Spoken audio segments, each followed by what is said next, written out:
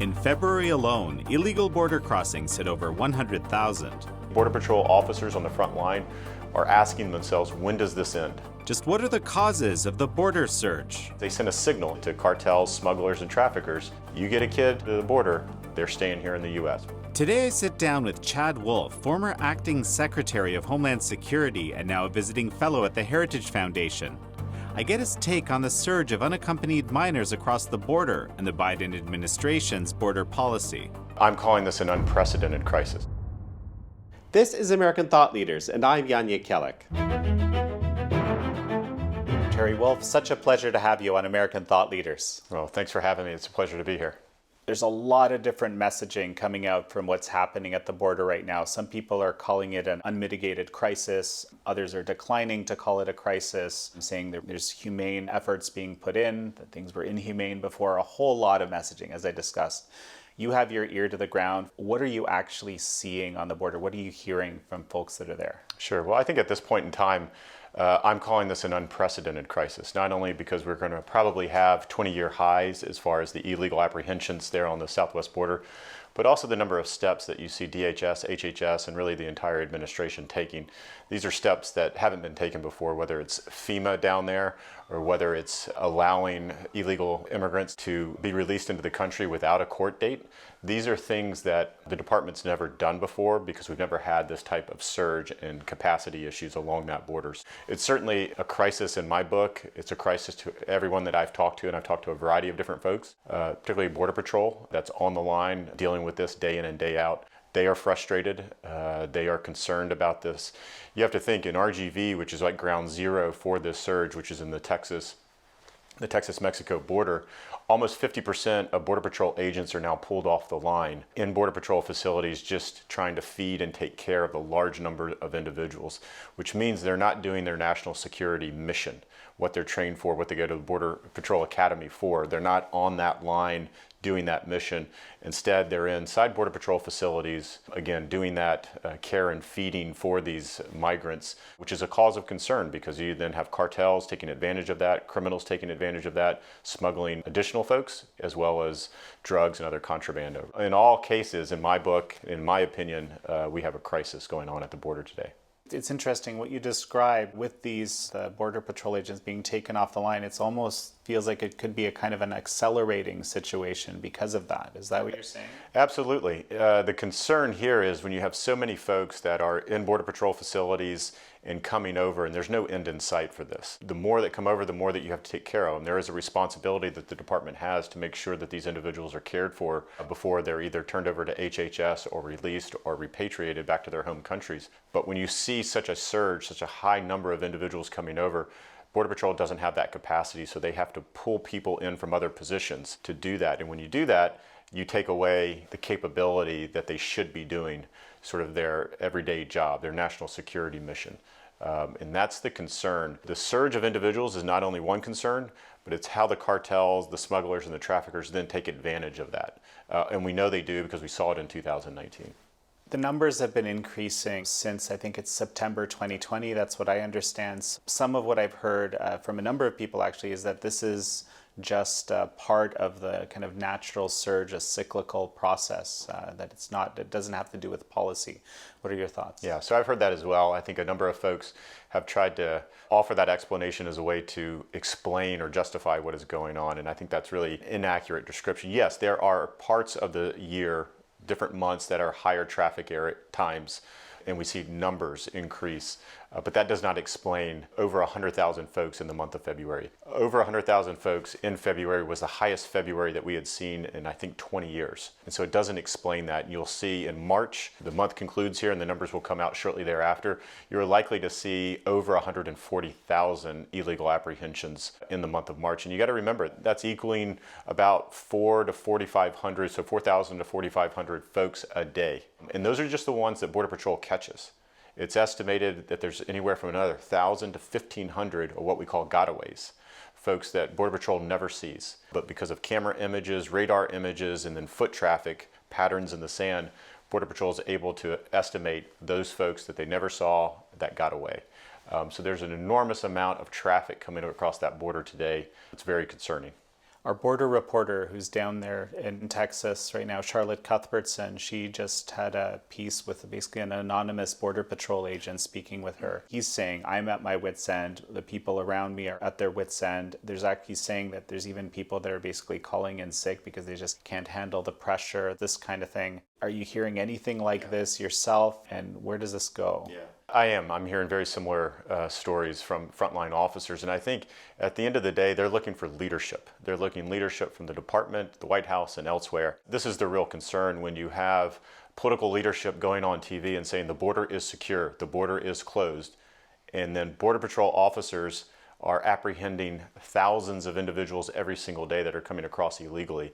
There's pictures. I mean, Border Patrol stations are full of folks. A couple days ago, we had over 10,000 in custody at CBP facilities. In November of 2020, so that's about 3.5, 4 months ago, it was 800. So absolutely, they are exhausted. They're probably very frustrated, but they're also looking for a plan. How does this end? How do we address this issue? And this administration, unfortunately, is treating this as a capacity issue. If you throw enough people at it, if you throw enough resources, if you expand the pool, then they believe they can solve it, where I think that's the wrong approach. You have to address the illegal activity, the behavior, and hold people accountable.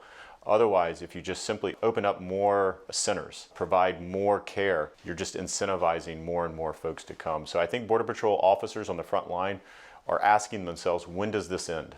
I don't see an end in sight because there's a lack of enforcement measures being taken right now by the administration. I hope this is a fair characterization, but what I understand the position of the administration is that the policies that you put in were basically inhumane. Some have described them as immoral, and they were forced to basically remove a number of these policies, and now they're just trying to deal with that. So there's some challenges. I hope that's a fair characterization. So I've heard that as well. But of course, what they don't really go into detail is what specifically are they talking about? I think they throw that talking point out there, hoping that that resonates with people without really explaining what are they referring to. So they talk about inheriting a broken immigration and asylum system in its entirety, which I would argue what specifically, because during the Trump administration, if we just look at asylum, we hired over 500 asylum officers.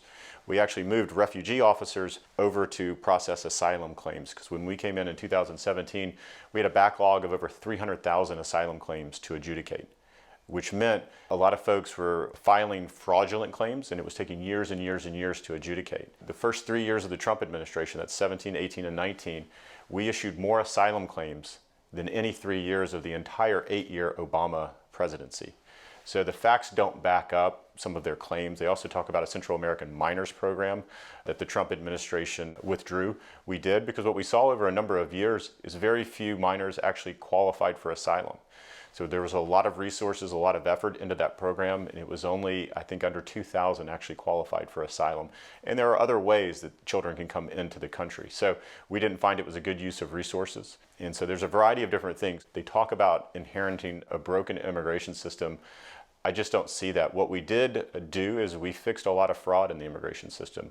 We tore down catch and release. They have reinstituted catch and release. So if they're referring that we dismantled catch and release, then yes, I would agree with them. But I think most Americans would agree that that is not a functioning immigration process or system. And then as we look going forward, the current administration is actually using a number of Trump-era policies to effectuate their current immigration policy. They're just not talking about them in large detail. So they're using Title 42, which is a Trump-era public health notice, to turn individuals back around. We can talk a little bit more about that. They're using shelters, temporary shelters that we built during the Trump administration. They're using hotels, which we used during the Trump administration. And they're leaning on Mexico, which was a core tenet of what we did over the last several years in trying to stem that immigration flow. So in some ways, they're using our playbook, they're talking about it differently, and they're not being as effective, but it goes against their argument that we tore down this entire system that they're having to rebuild from scratch, because they're not doing that. They're actually utilizing, as they should, a lot of the good policies, effective policies that we implemented over the last several years. So yeah, I do want to dig into Title 42 a little bit, but maybe we can do that in a sec. I mean, one of the things that was stricken very quickly was the Remain in Mexico program, for example, as cited as being one of these highly problematic ones. What is the impact of that in your mind? Well, I think you see that on the border today. MPP was important for a number of reasons. One, it rooted out fraud in the asylum system. So what we know is anywhere from 85 to 90% of individuals claiming and filing asylum claims do not qualify at the end of the day. Whether they go before an immigration judge and the immigration judge says you have no claim for this. And so the idea was we wanted to make sure that we sped up the process because it was taking, upwards to a year to get in front of that immigration judge. So we wanted to root out that fraud so that we could get people into their asylum claim, into the immigration system quickly by telling folks or making it seem that, look, if you really are claiming asylum, you're fearing your life, you'll have no problem waiting in Mexico because that's safe there. You have no problem. Folks that were waiting there knowing that they would go straight to an immigration judge and they wouldn't be released into the U.S. left because they knew if they got in front of an immigration judge, their claim was likely not going to be valid. Their goal, the vast majority of them, but not all, their goal is to get into the U.S., be released into the U.S., and we know a lot of them do not show up for those immigration court hearings. But they're here in the U.S., and that's their goal at the end of the day, whether it's for a job or whether it's to reunify with family members. But that's not asylum. There are other ways to come into the country. It's very concerning, and MPP was designed to address that issue. It was working. We had, obviously, COVID during the middle of that, so a lot of those hearings stopped. Just as courthouses around the country shut down and weren't taking cases, our MPP courts along the border had to stop as well. So you had a lot of folks in those facilities along the Mexican border. It wasn't because we were moving slow, it wasn't because we were trying to drag it out, it was because we were dealing with COVID at the same time. So I've heard of a lot of different criticisms of that program.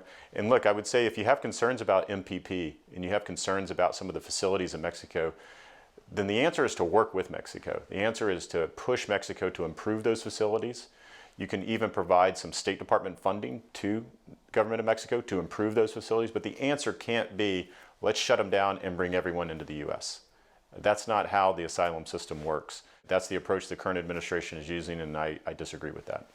Now, there was also some agreements that you made with Central American countries around asylum and so forth that were stricken down. How does that play out? Yeah.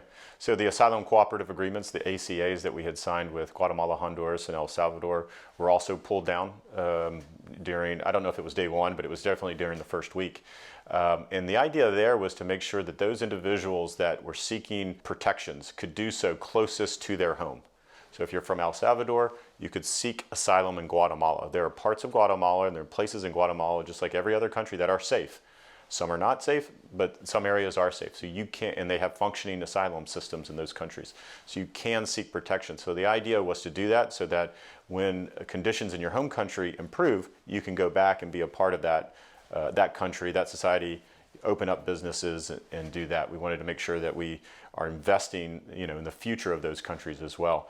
But again, this administration, because they haven't really explained it, I guess because it was just a Trump policy, decided to pull that back at the end of the day. And what's interesting is today they are talking about providing that protection closest to home, registering in those countries for the protection. That's what that ACA was all about.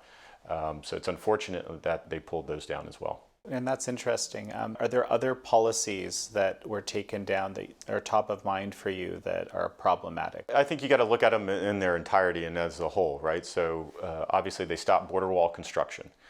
So whether you think that's effective or it's not, and I'm happy to talk to you about why it is effective, that sends a signal. That sends a signal to the smugglers, the traffickers, and the cartels.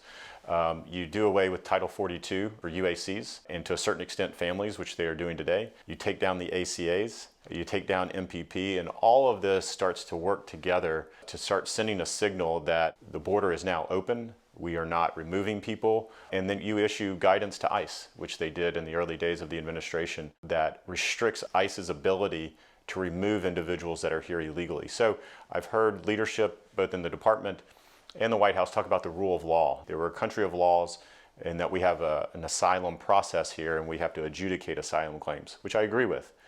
But you can't say that and then say, I'm going to restrict ICE's ability to remove those who don't qualify for asylum. So part of the law is you can apply for asylum. If you're granted, then you stay here. If not, you need to be removed back to your home country. But what the department's done is it's restricted ICE officers' ability to remove those individuals. So they can't have it both ways. You can't say I wanted a functioning asylum system, but for those who don't qualify and are here in the U.S., I'm not going to remove you. It doesn't work that way. Well, so tell me a little bit about Title 42. What is that, and how is this playing out? So Title 42 is a public health order from the CDC given to DHS back in 2020 at the sort of the height of COVID. And what that said is Border Patrol facilities and DHS facilities writ large are not conducive to a pandemic like COVID. You can't socially distance, you can't keep that separation that you need, the ventilation, everything that you would need for COVID-like facilities, they don't have. They weren't designed for that. And so the public health order says you cannot bring folks into congregate settings like that. So you need to, if you encounter someone coming into the country illegally, just illegally, you need to remove them back to the country that they came from, in this case Mexico or their home countries. And so what Title 42 allowed us to do was to keep communities along that southwest border safe, keep our Border Patrol officers safe, frontline men and women of DHS safe, so not having to interact, because obviously a lot of the illegal migrants that they pick up have no identification, have no medical history with them. Some have never been vaccinated for anything. And so having to deal with that in a COVID environment, CDC said you shouldn't do that. So what we allowed us to do at DHS during my tenure was to turn those individuals around. So single adults, families, and UACs. And unlike what the department would like you to believe, and folks in the White House, we weren't turning UACs right around to Mexico and leaving them in the desert, which that's almost a direct quote. That's not what was happening. If we had a UAC from El Salvador or Guatemala or Honduras, we would take them in, we would care for them, we would coordinate with the consulate, and then we would remove them on a flight back to their home country and reunite them with their family. That's what that process was. But this administration decided to end that for UACs, decided to stop doing that. And they announced that. And when they did that, what they did is they sent a signal and they announced it to cartels, smugglers, and traffickers. You get a kid, you get a minor to the border, they're staying here in the US. We were no longer removing them. And so that's why you see a UAC flood. That's why you see over 5,000 in custody today, which is at the height of the 2019 crisis was about 2,600. So it's almost more than double, because the signal is given, as long as they make it to the border, they will remain here, which was a very different signal than we were giving them.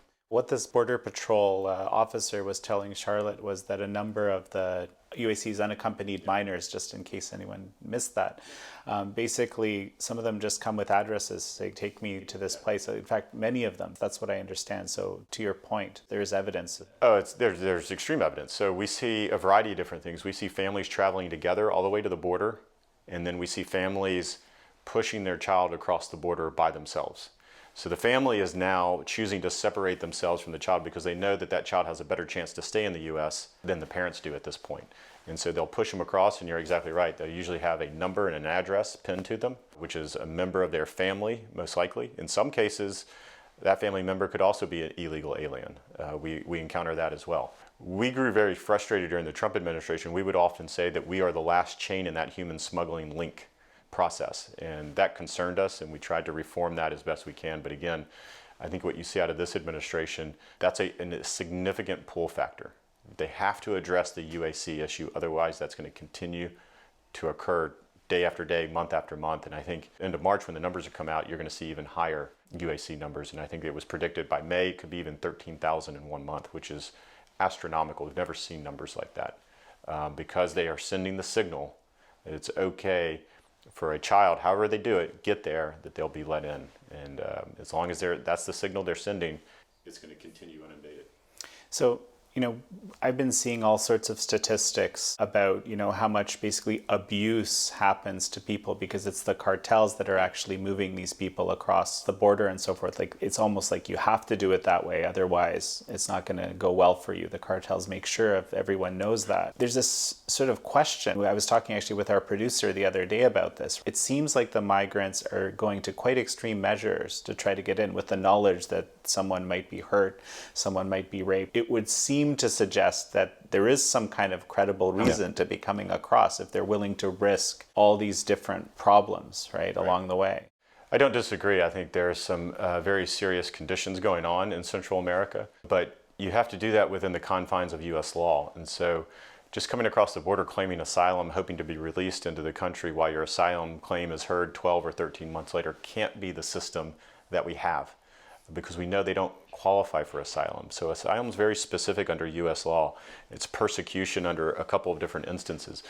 Because your home country, the economy is bad because of COVID for a variety of different reasons, or there are gangs in your country, all of those together don't necessarily mean that you qualify for asylum. If you're being persecuted by your home government, perhaps you qualify for asylum, and there are additional cases. So it's very specific on whether you qualify for asylum or not. To answer your question, though, I think all of these individuals are seeing, I have an opportunity. If I get to the border, if I get to the U.S., there's an opportunity. I can have a good job. I can probably reunite with some family members that are already there. I understand that. I think we have to address that. That is not asylum. And so allowing these individuals to cross illegally and go into the asylum process, knowing that 85 to 90% don't qualify, in my mind, that's a very inhumane policy and message that you're sending them, because you're, in a sense, this administration is encouraging them to come to the border, but knowing that they won't qualify, meaning that they have to return them back to their home country. And so you are asking them to take a very dangerous journey, as you indicated. To cross that border, it's all controlled by cartels and smugglers. You're paying a price. No one's coming across that border illegally on their own.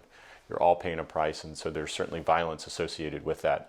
And then it's very expensive. Some of these folks are spending their life savings trying to get to the border. If you're only going to know that you're going to be removed back to your home country within a matter of weeks, that's an inhumane message at the end of the day. And I think they need to be more forceful about not doing this illegally, doing it in the way that's occurring now. Mexican President Luis Obrador, he, I guess to your point, has described President Biden as the migrant president. I mean, he was saying that this is what the migrants are saying, basically. We've also heard that there's these sort of buildups of troops related to this whole situation on the Mexican border. Do you have any ears and eyes on what's happening in Mexico right now? Yeah, so I would agree with that. I think what the Biden administration is doing is actually, again, they're down in Mexico, I believe, today, over the last several days, talking to the Mexican government. Usually what that conversation is going to be about is how can Mexico increase its enforcement, not only on its northern border with the U.S., but also on its southern border. So a lot of these folks are transiting Mexico, so how can they clamp down on that? Again, it's something that we talk to them almost on a daily basis about, and we had them deploy a number of troops down there to address sort of their porous southern border. So I think that's a real concern. It's what should be done. I'm surprised it's taken them almost 8 weeks to do this. They should have done this on day one. If they knew that they were going to roll back some of these measures and some of these policies, it should have been in conjunction with a stronger enforcement side of the house, such as leaning on Mexico to do more. So it's the right stance. It's just coming 8 weeks into a crisis, which is going to be very, very difficult to mitigate at the end of the day. But to address your question, yeah, absolutely. I think we've seen from a number of migrants who have been interviewed by news media and by press, have been interviewed by CBP agents, and of course the Mexican president saying it as well. They're number one, they get asked, why did you make the journey? Almost all of them are saying, because I've heard from President Biden or the administration that it's okay to come. So you're sending signals one way or another. A lot of their message for the first 7 weeks was, you can come, just don't come now. And that's a nuanced message that's lost on these migrants. All they hear is you can come, and they're coming. But messaging aside, because most of these folks don't listen to government officials, all they listen to is their family or friends who have come in and are staying and remaining in the U.S. for whatever reason. That's who they're listening to, and if they see that happening, that flow is going to continue. It's only when they see relatives and family and friends being removed back to their home country or not being let into the U.S. It's only then that the surge is going to abate. Given everything that you see now, how policy has changed, what policies have remained, what is the quickest route to a solution for the administration in your view? It's utilizing Title 42, and you have to utilize that for both families and UACs. Those are the two populations that are most concerning right now. It's the ones that you see in Border Patrol stations and HHS facilities and the like. They have an authority to do that. They're not using it for UACs, and they need to. They need to use it. They're also using it half, I would say 50% for families. They keep talking about how they're removing families, but in the month of February, they only removed about 40% using Title 42, and I think I've seen numbers in the month of March it can be as low as 14%. That's a concern because we were removing almost all of them, and so they need to continue to use Title 42. They need to reinstitute the ACA, or the Asylum Cooperative Agreements, those are international agreements that were negotiated, that were just killed outright. Even if they never planned to use those agreements, and this is important, those agreements could have just sat on the shelf and they could have been silent about them. But instead, they went out and publicly said that they were doing away with them, which again is another pull factor. What we know is the migrants and the smugglers and the cartels listen to everything that we're saying and then advertise that to folks trying to come up. And then MPP. Look, I know they don't like MPP, but there's got to be a version of that that will help this surge at the end of the day and to get those folks into immigration courts quickly. And what about the messaging then? Because you kept mentioning messaging. What should it be? I mean, the Biden administration has said they're saying don't come. Yeah, but it's almost too late. Like, we're 8 weeks into this crisis, and you have people that have left their home country 20 days ago that are still on this path coming up. We'll see if some of their messaging actually works. What I found, my experience is U.S. officials, Mexican officials, and others will continue to message. I mean, you have to continue to message. Its effectiveness is questionable. Migrants just are not listening to U.S. government officials. They listen to action, and they listen to what is going on the ground. Do we have MPP? Do we have to wait in Mexico? I don't want to do that. I'm not going to travel. The children that we send up there, are they returning home within a matter of weeks? Well, I'm not going to spend money to send people. Actions speak louder than words in this case. And they can change the messaging, but if they don't change any of their policies and have a different enforcement posture, then again, the crisis is going to continue. Acting Secretary Wolf, such a pleasure to have you on. Well, thank you for having me.